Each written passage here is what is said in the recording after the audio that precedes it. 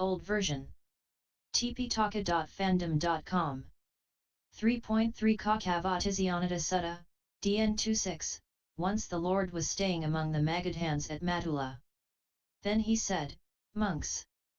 Lord, they replied, and the Lord said, Monks, be islands unto yourselves, be a refuge unto yourselves with no other refuge. Let the Dhamma be your island, let the Dhamma be your refuge, with the Dhamma as his island, with the Dhammas as his refuge, with no other refuge.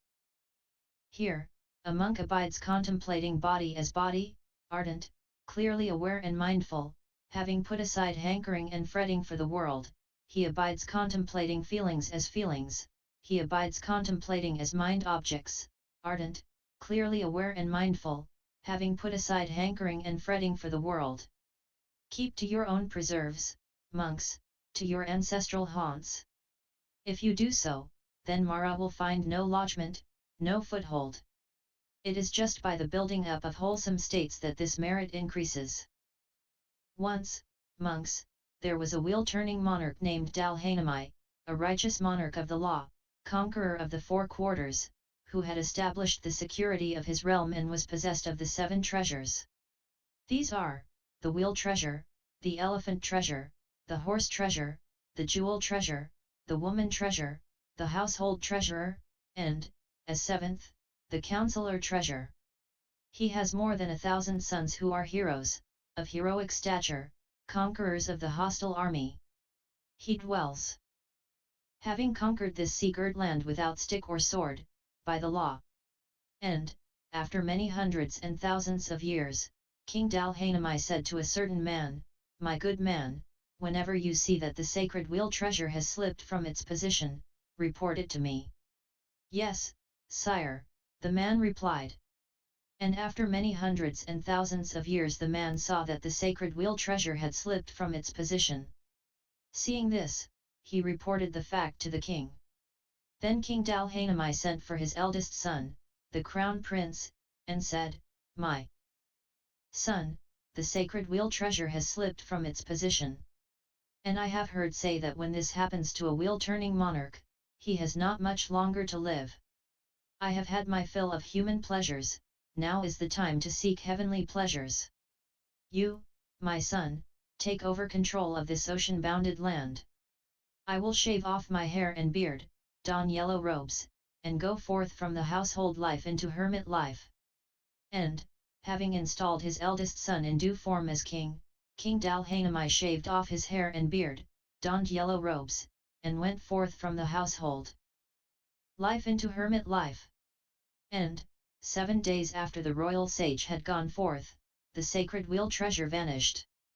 Then a certain man came to the anointed Kadiya king and said, Sire, you should know that the sacred wheel treasure has disappeared. At this the king was grieved and felt sad. He went to the royal sage and told him the news. And the royal sage said to him, My son, you should not grieve or feel sad at the disappearance of the wheel treasure. The wheel treasure is not an heirloom from your fathers. But now, my son, you must turn yourself into an Aryan wheel turner. And then it may come about that, if you perform the duties of an Aryan wheel turning monarch, on the fast day of the 15th, when you have washed your head and gone up to the veranda on top of your palace for the fast day, the sacred wheel treasure will appear to you, 1,000-spoked, complete with fellow, hub, and all appurtenances. But what, sire, is the duty of an Aryan wheel-turning monarch? It is this, my son, yourself depending on the Dhamma, honoring it, revering, cherishing it, doing homage to it and venerating it, having the Dhamma as your badge and banner, acknowledging the Dhamma as your master.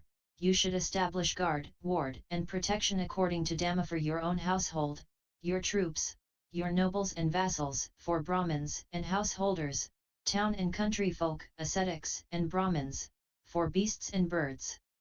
Let no crime prevail in your kingdom, and to those who are in need, give property. And whatever ascetics and Brahmins in your kingdom have renounced the life of sensual infatuation and are devoted to forbearance and gentleness, each one taming himself, each one calming himself and each one striving for the end of craving, if from time to time they should come to you and consult you as to what is wholesome and what is unwholesome, what is blameworthy and what is blameless, what is to be followed and what is not to be followed, and what action will in the long run lead to harm and sorrow, and what to welfare and happiness, you should listen, and tell them to avoid evil and do what is good. That, my son, is the duty of an Aryan wheel-turning monarch. Yes, sire, said the king, and he performed the duties of an Aryan wheel-turning monarch. And as he did so, on the fast day of the 15th, when he had washed his head and gone up to the veranda on top of his palace for the fast day, the sacred wheel treasure appeared to him, thousand-spoked, complete with felloe, hub, and all appurtenances. Then the king thought, I have heard that when a duly anointed Kadiya king sees such a wheel on the fast day of the 15th, he will become a wheel-turning monarch. May I become such a monarch? Then, rising from his seat, covering one shoulder with his robe, the king took a gold vessel in his left hand, sprinkled the wheel with his right hand, and said, May the noble wheel treasure turn, may the noble wheel treasure conquer. The wheel turned to the east, and the king followed it with his fourfold army. And in whatever country the wheel stopped, the king took up residence with his fourfold army. And those who opposed him in the eastern region came and said, Come, your majesty, welcome. We are yours, your majesty. Rule us, your majesty. And the king said, Do not take life. Do not take what is not given. Do not commit sexual misconduct. Do not tell lies. Do not drink strong drink. Be moderate in eating. And those who had opposed him in the eastern region became his subjects. Then the wheel turned south, west, and north, then the wheel treasure having conquered the lands from sea to sea, returned to the royal capital and stopped before the king's palace as he was trying a case, as if to adorn the royal palace. And a second wheel-turning monarch did likewise, and a third, a fourth, a fifth, a sixth, and a seventh king also, told a man to see if the wheel had slipped from its position. And 7 days after the royal sage had gone forth the wheel disappeared. Then a man came to the king and said, Sire, you should know that the sacred wheel treasure has disappeared. At this the king was grieved and felt sad. But he did not go in the royal sage and ask him about the duties of a wheel-turning monarch. Instead, he ruled the people according to his own ideas, and, being so ruled, the people did not prosper so well as they had done under the previous kings who had performed the duties of a wheel-turning monarch.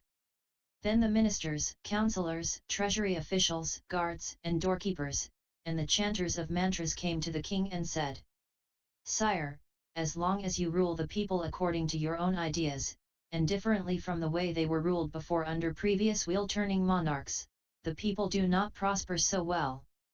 Sire, there are ministers, in your realm, including ourselves, who have persevered the knowledge of how a wheel-turning monarch should rule. Ask us, your majesty, and we will tell you. Then the king ordered all the ministers and others to come together, and he consulted them. And they explained to him the duties of a wheel-turning monarch.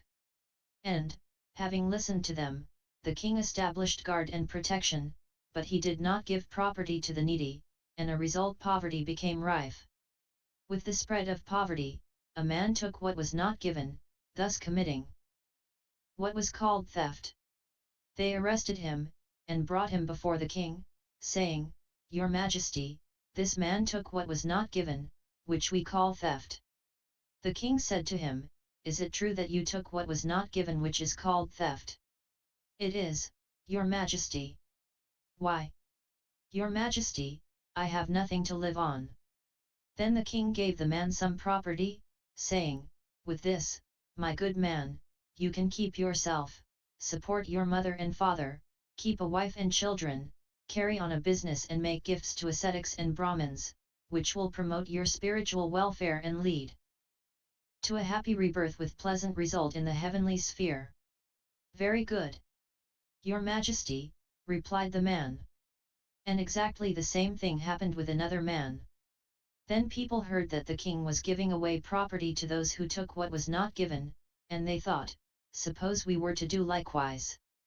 And then another man took what was not given, and they brought him before the king.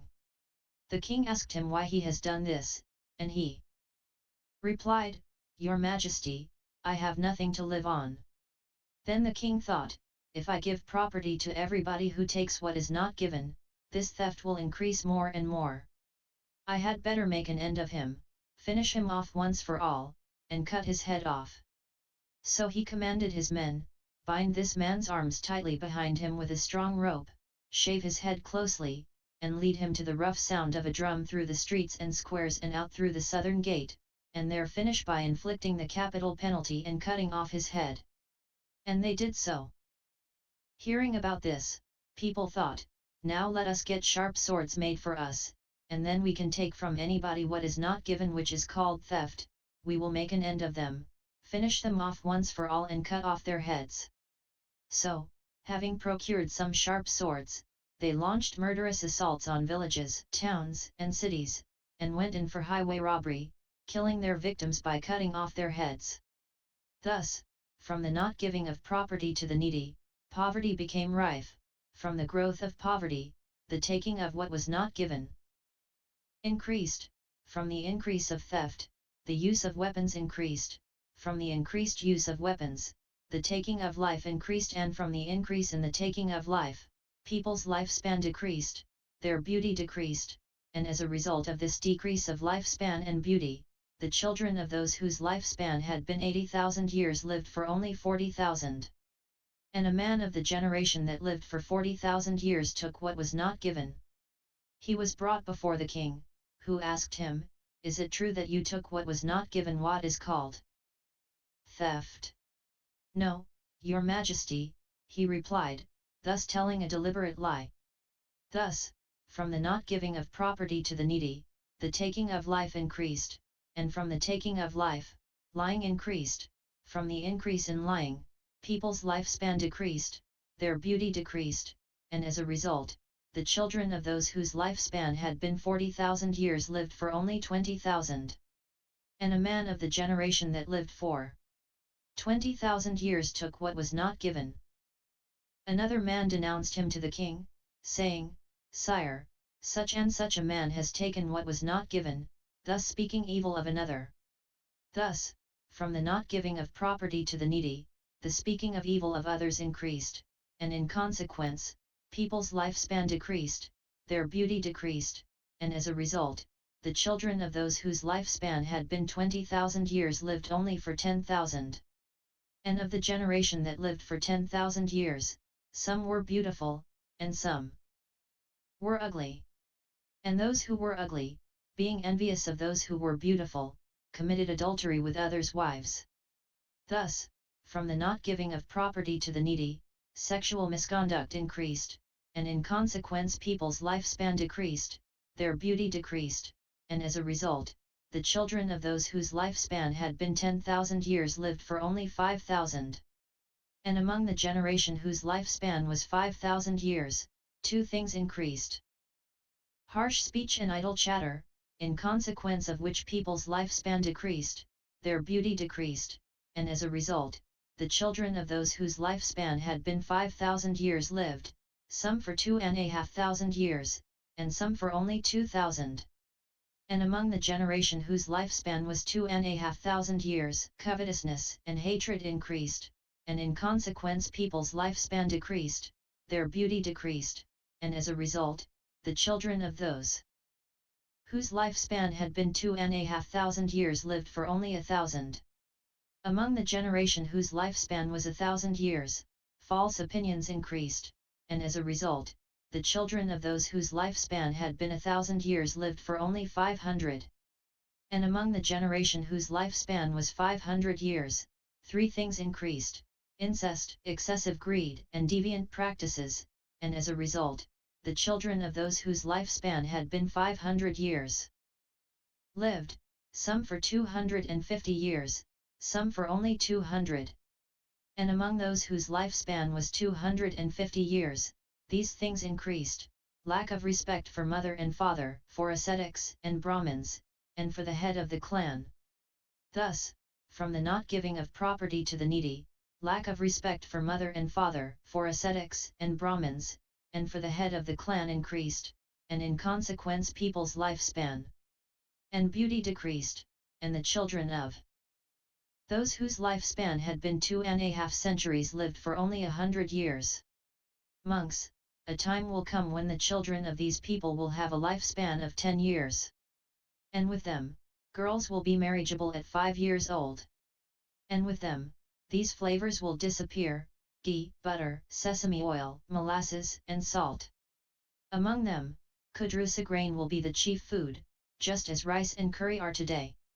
And with them, the 10 courses of moral conduct will completely disappear, and the 10 courses of evil will prevail exceedingly, for those of a 10-year life span there will be no word for moral, so how can there be anyone who acts in a moral way?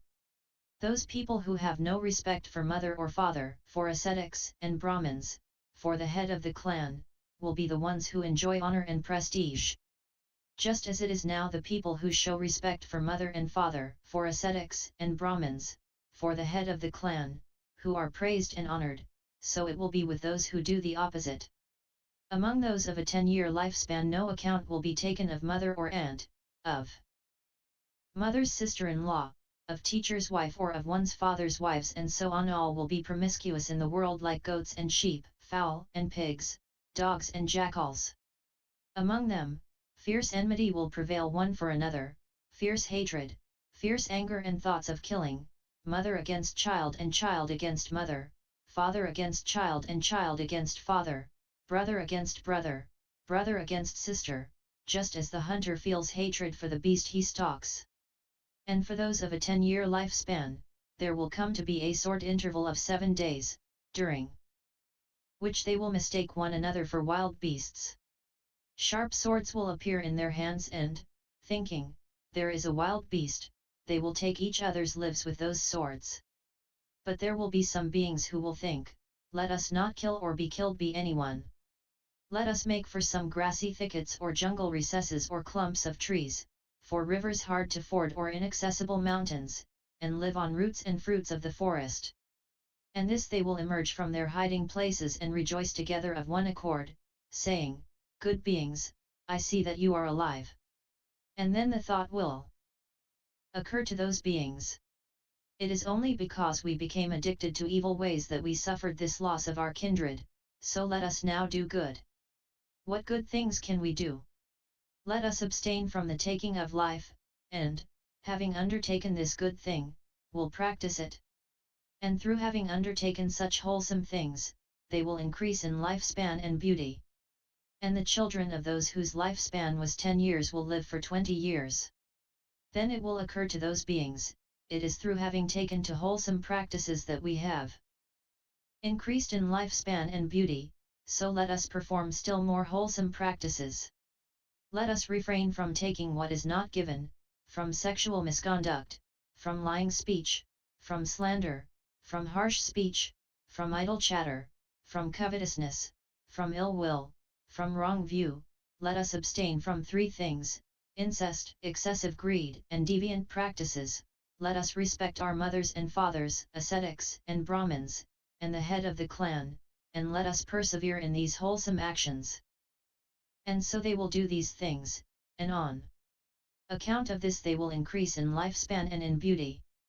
The children of those whose lifespan is 20 years will live to be 40, their children will live to be 80, their children to be 160, their children to be 320, their children to be 640, the children of those whose lifespan is 640 years will live for 2,000 years, their children for 4,000, their children for 8,000, and their children for 20,000 years will live to be 40,000, and their children will attain to 80,000 years. Among the people with an 80,000-year lifespan, girls will become marriageable at 500. And such people will know only 3 kinds of disease, greed, fasting, and old age. And in the time of those people this continent of Jambudapa will be powerful and prosperous, and villages, towns and cities will be but a cock's flight one from the next. This Jambudapa, like Avasai, will be as thick with people as the jungle is thick with reeds and rushes. At that time the Varanasi of today will be a royal city called Ketumati, powerful and prosperous, crowded with people and well supplied. In Jambudapa there will be 84,000 cities headed by Ketumati as the royal capital. And in the time of the people with an 80,000-year lifespan, there will arise in the capital city of Ketumari a king called Sanka, a wheel-turning monarch, a righteous monarch of the law, conqueror of the four quarters. And in that time of the people with an 80,000-year lifespan, there will arise in the world a blessed Lord, an arahant fully enlightened Buddha named Metya, endowed with wisdom and conduct, a wayfarer, knower of the worlds, incomparable trainer of men to be tamed, teacher of gods and humans, enlightened and blessed, just as I am now. He will thoroughly know by his own superknowledge, and proclaim, this universe with its devas and maras and brahmas, its ascetics and brahmins, and this generation with its princes and people, just as I do now. He will teach the Dhamma, lovely in its beginning, lovely in its middle, lovely in its ending, in the spirit and in the letter, and proclaim, just as I do now, the holy life in its fullness and purity. He will be attended by a company of thousands of monks, just as I am attended by a company of hundreds. Then King Sanka will re-erect the palace once built by King Mahapanada and, having lived in it, will give it up and present it to the ascetics and Brahmins, the beggars, the wayfarers, the destitute. Then, shaving off hair and beard, he will don yellow robes and go forth from the household life into hermit life under the supreme Buddha Metya. Having gone forth, he will remain alone, in seclusion, ardent, eager and resolute, and before long he will have attained in this very life, by his own superknowledge and resolution, that unequaled goal of the holy life, for the sake of which young men of good family go forth from the household life into hermit life, and will abide therein. Monks, be islands unto yourselves, be a refuge unto yourselves with no other refuge. Let the Dhamma be your island, let the Dhamma be your refuge with no other refuge. And how does a monk dwell as an island unto himself? Here, a monk abides contemplating body as body, ardent, clearly aware and mindful, having put aside hankering and fretting for the world, he abides contemplating feelings as feelings, he abides contemplating mind as mind, he abides contemplating mind objects as mind objects, ardent, clearly aware and mindful, having put aside hankering and fretting for the world.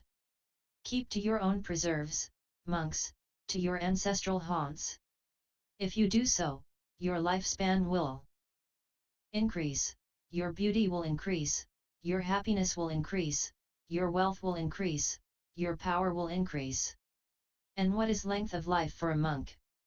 Here, a monk develops the road to power, which is concentration of intention accompanied by effort of will, the road to power, which is concentration of energy, the road to power, which is concentration of consciousness, the road to power, which is concentration of investigation accompanied by effort of will. By frequently practicing these four roads to power he can, if he wishes, live for a full century, or the remaining part of a century. That is what I call length of life for a monk. And what is beauty for a monk? Here, a monk practices right conduct, is restrained according to the discipline, is perfect in behavior and habits, sees danger in the slightest fault, and trains in the rules of training he has undertaken. This is beauty for a monk. And what is happiness for a monk?